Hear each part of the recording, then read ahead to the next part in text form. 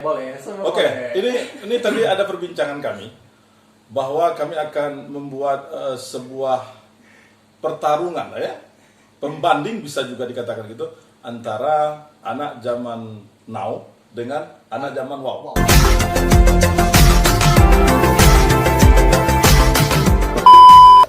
Assalamualaikum warahmatullahi wabarakatuh. Jumpa lagi dengan kabar MDS.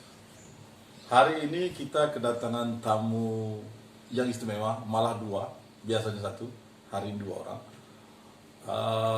Kita minta beliau memperkenalkan diri masing-masing lah ya, biar lebih familiar dan lebih lengkap.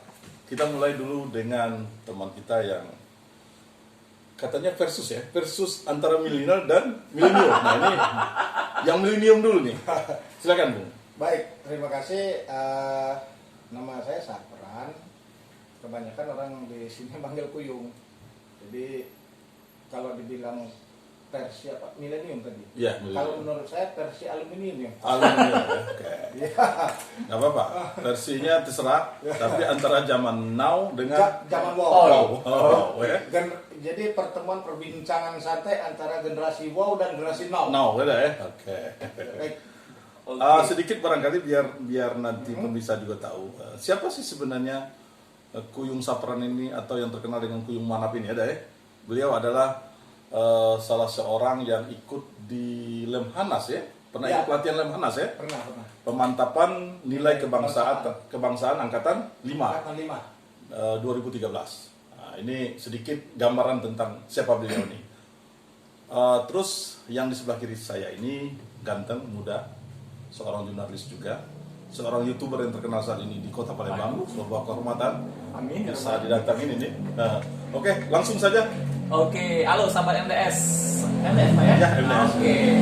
Halo sahabat MDS, nama saya Riza Palembi. Latar belakang saya seorang jurnalis, saya juga penggiat media sosial. Dan sekarang organisasi yang saya ikutin adalah berkecimpung di media sosial sebagai ketua komunitas YouTuber Sriwijaya. Oh, bisa gabung nih nanti kayaknya. Boleh. Jadi anggota ya. Anak zaman wow boleh. Iya, ini anak zaman wow ada ya. Boleh. Semua Oke, boleh. ini tadi ada perbincangan kami bahwa kami akan membuat sebuah pertarungan lah ya, pembanding bisa juga dikatakan gitu antara anak zaman now dengan anak zaman wow, atau anak milenium dengan anak Aluminium. milenial.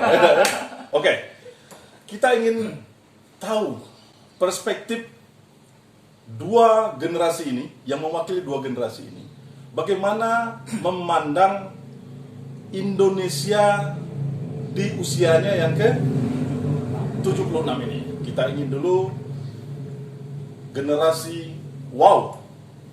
Kuyung Sapran, silakan Kuyung. Baik, terima kasih.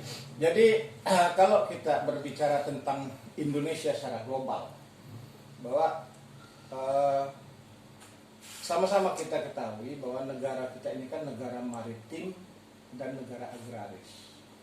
Itu sebabnya ada lagu Tanah Airku Indonesia, kemudian di lagu Indonesia Raya itu bangunlah jiwanya dulu, baru bangun badannya.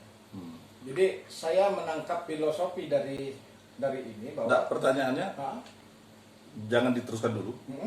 Apakah selama ini hampir 76 tahun ini, 76 ya? ya Bangsa ini tidak membangun jiwa para anak bangsa? menurut saya ada bisa jadi gagal paham para elit politik ini, pengambil kebijakan, bisa jadi mereka lupa pada sejarah bangsanya. Kenapa saya bilang? Indikatornya, Anda bisa mengatakan bahwa para politisi dan pengambil kebijakan ini bisa lupa, itu indikatornya apa? Sangat nyata bahwa hari ini yang namanya petani dan nelayan itu satu, kalau petani mereka pertama banyak kesulitan untuk bercocok tanam. Mereka banyak terikat kepada ijon.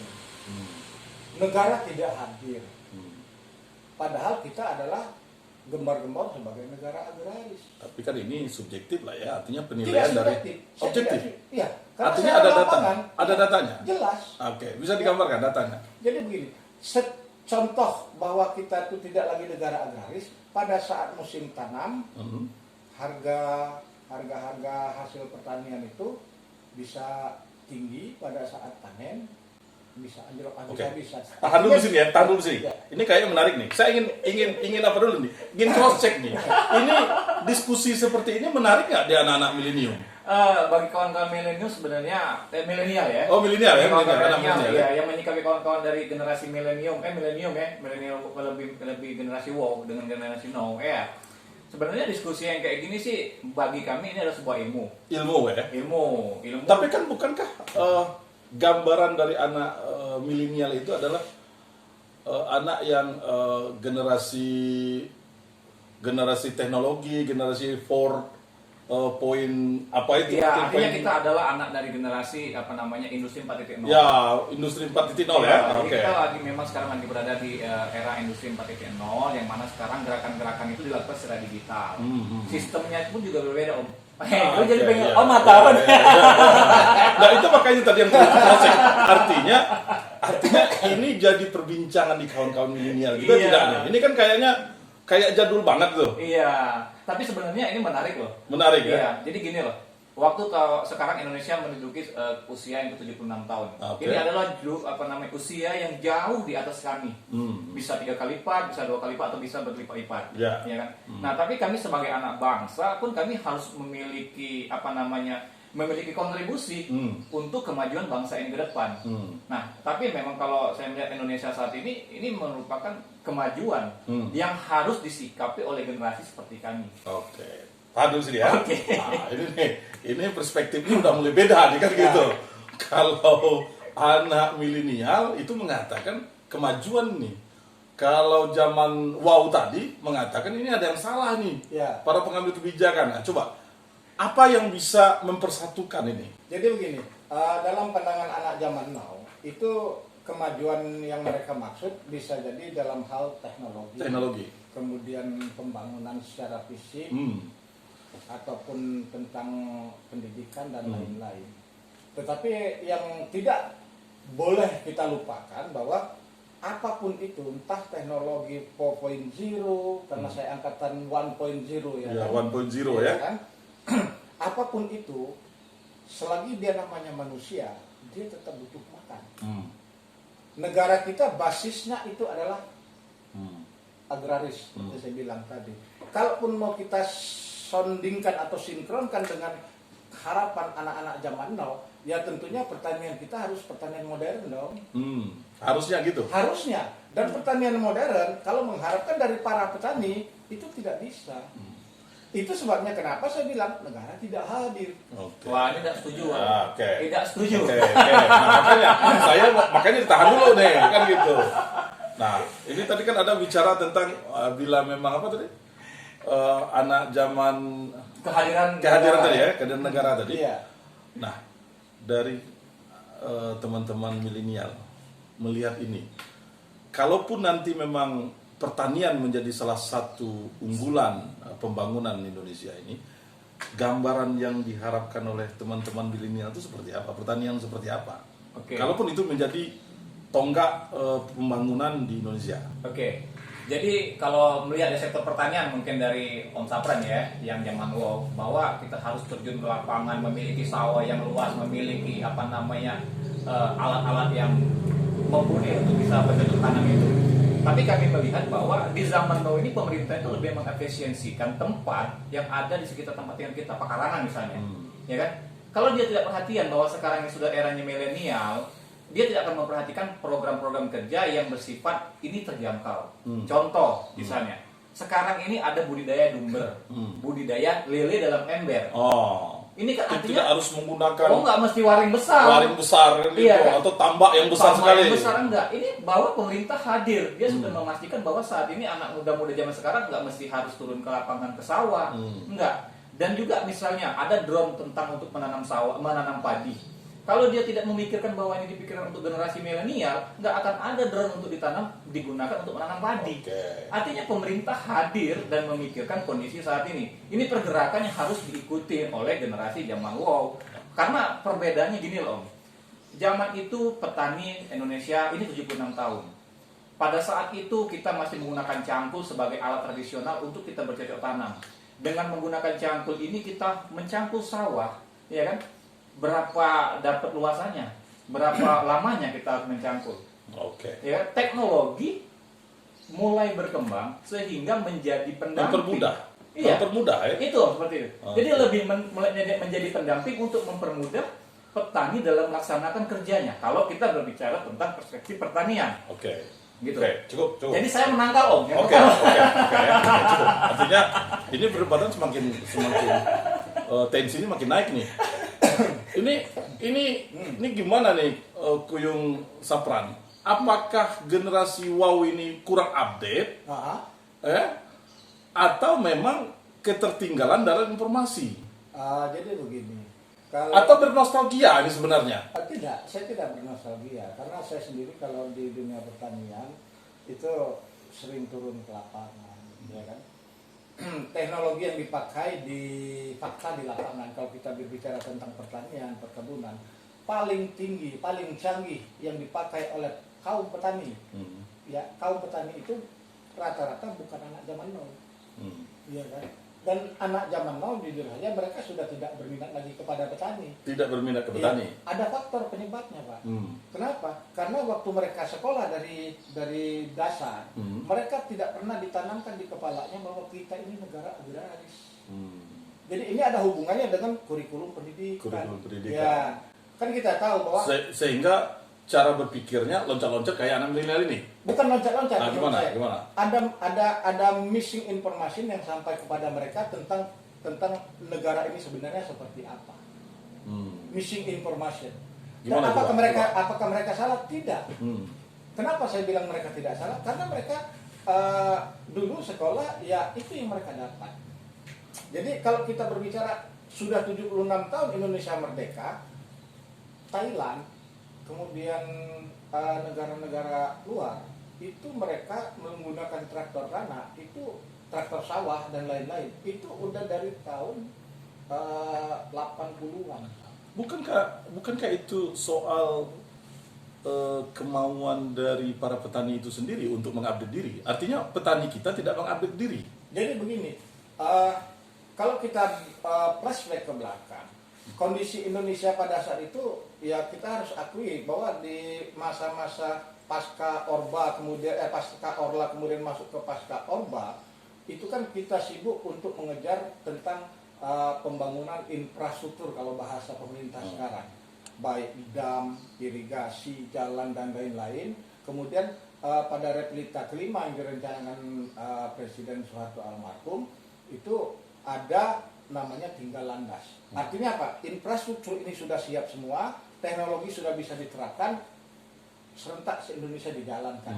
Tetapi kan ada kasus politik di 98 sehingga tinggal landas ya. itu berubah menjadi akhirnya Indonesia hari ini menjadi tinggal kandas. Tinggal kandas. Oke, saya ke Dinda Reja lagi.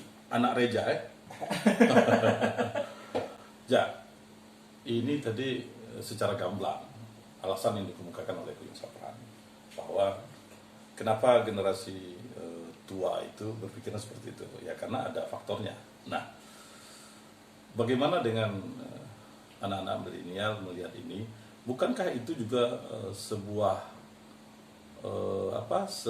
pertimbangan nantinya bagaimana bangsa ini tidak hanya kita menggunakan teknologi dalam wacana yang kita lihat sekarang lebih sibuk kita bermain medsos yang saling hujat saling apa, tapi lebih kemanfaatan. Nah, apa sebenarnya yang ada di pikiran kawan-kawan milenial selain bermedsos itu? Ada tidak berpikir untuk membangun bangsa ini melalui pertanian yang dikatakan oleh Kuyung Sapran tadi? Oke, makasih Om. Jadi gini Om, kalau aku menyikapi bahwa yang disampaikan Om Sapran ini benar, tapi ini adalah tongkat estafet. Tongkat estafet ini yang diberikan melalui tangan pemerintah. Kebijakan-kebijakan pemerintah itu memberikan tongkat estafet dengan cara yang berbeda. Generasinya beda, sehingga kami harus menyambutnya dengan cara yang berbeda juga. Seperti yang kebijakan yang dibuat oleh Gubernur Jawa Barat ya. Iya. Petani milenial ya. Ya, artinya kan ini kebijakan melalui tangan pemerintah yang harus disikapi dengan cara yang berbeda. Kami kalau harus menyikapi dengan cara-cara yang zaman wow, mungkin tenaga, kekuatan anak-anak muda zaman sekarang berbeda dengan zaman dulu. Ya kan, keterbatasan kemampuan secara energi, dia nggak bisa menyesuaikan dengan generasi zaman wow. Ya kan, sehingga saya melihat bahwa pemerintah hadir untuk memberikan solusi bagi anak-anak zaman now, zaman milenial ini dengan cara mereka. Kita melakukan pendekatan sistem ataupun dengan kebijakan yang dipikir oleh pemerintah itu adalah ini jalan yang terjangkau oleh anak milenial. Bagaimana zamannya milenial tapi berpikirannya zaman wow kan gitu. Wow. Oh iya. Iya, cuman beda caranya aja. Beda caranya tapi aja. secara konteks sebenarnya tidak jauh beda, iya. tapi caranya disesuaikan dengan zamannya. Dengan zamannya gitu. Oke. Bisa ditangkap kira-kira Kuyung Safran? Bisa. Jadi kalau bisa saya tambahkan bahwa saya nangkap maksudnya Reza bahwa ada perbedaan tentang persepsi dan lain-lain dan soal kehadiran pemerintah. Kalau fakta yang saya lihat di lapangan, wujud kehadiran pemerintah, kalau kita berbicara tentang persiapan infrastruktur pertanian dengan berbasis bahwa kita negara agraris, dulu itu di setiap desa itu ada koperasi saprodi namanya. Dan itu yang menjamin siapa? Negara. Petani mau nanam, dia tinggal ambil, kemudian bayar panen. Dan petani tidak bisa lari. Kenapa? Karena koperasi itu ada di desa. Itu yang dikatakan tadi oleh Reza. Dan hari ini saya bilang hari ini itu tidak hadir. Hari ini kalau kita mau cek lapangan, kalau mungkin ada adik juga boleh cek di lapangan, Yarnet itu masih terjadi, tetapi bukan lagi kepada koperasi, Pak. Tetapi kepada para tengkulak dan kaki tangan para tengkulak. Nah, Om. Jadi gini, Om. Oke, Eja sepakat bahwa ini adalah kaki tangan para tengkulak.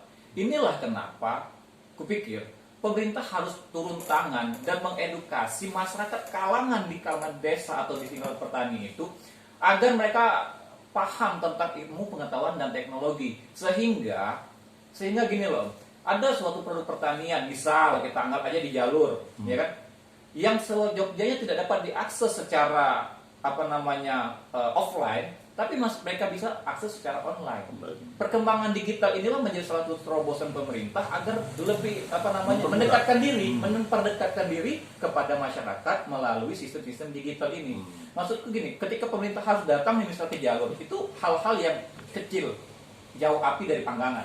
Dengan sistem yang dibangun transformasi secara digital ini membuat pemerintah. Nah, yang jadi pertanyaan tadi tadi itu sebenarnya itu sudah jalan belum? Nah, yang Reza sampaikan ini. Nah, ini bahwa pemerintahan itu apakah sudah menjalankan visi dari kaum milenial ini? Nah, inilah pentingnya kita mungkin ngobrol hari ini, Om. Jadi mungkin ada sebuah masukan kepada pemerintah. Pemerintah memperhatikan, misal sekarang ini kita contoh aja, yang sederhana sedang kita hadapi adalah PPKN. Dulu PSBB. Di mana dunia pendidikan sangat terpengaruh secara masif, terhenti, diliburkan sudah lebih hampir 1 tahun ini. Anak-anak tidak sekolah, mengikuti pelajaran daring secara online. Hampir 2 tahun dong. Hampir 2 tahun. 2 tahun. Nah, ini kalau kita sikap zaman now, itu dia sudah tidak sekolah.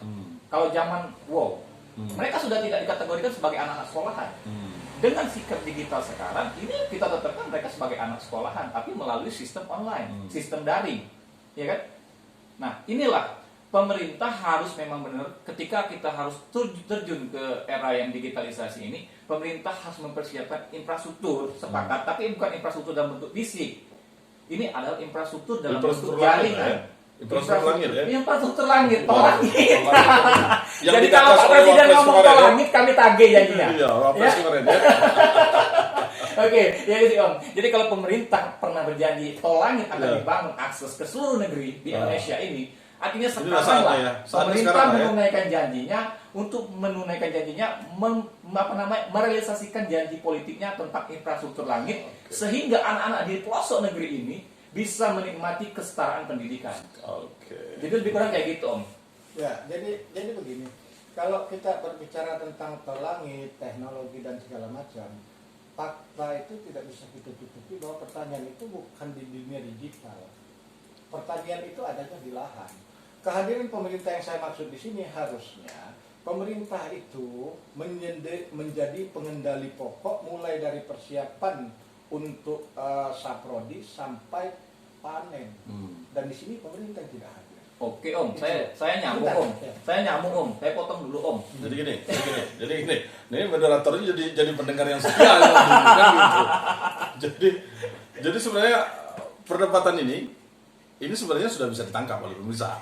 Iya. Ya, bahwa di satu sisi Kuyung Sapran tadi mengatakan kehadiran pemerintah dalam bentuk actionnya, artinya bagaimana dari hulu sampai hilir itu harus hadir pemerintah.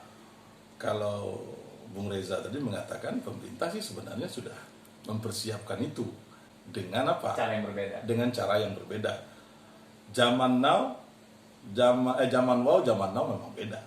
Tetapi perlu kita sikapi bahwa ini semuanya tentu punya tujuan yang mulia agar pertanian di Indonesia khususnya itu menjadi lebih baik lagi dari masa ke masa. Kita akhirin dulu yang ini, ya. Kita bicara dari topik yang lain, ya. Saya Dasril, wabillahi taufiq wal hidayah. Wassalamualaikum warahmatullahi wabarakatuh.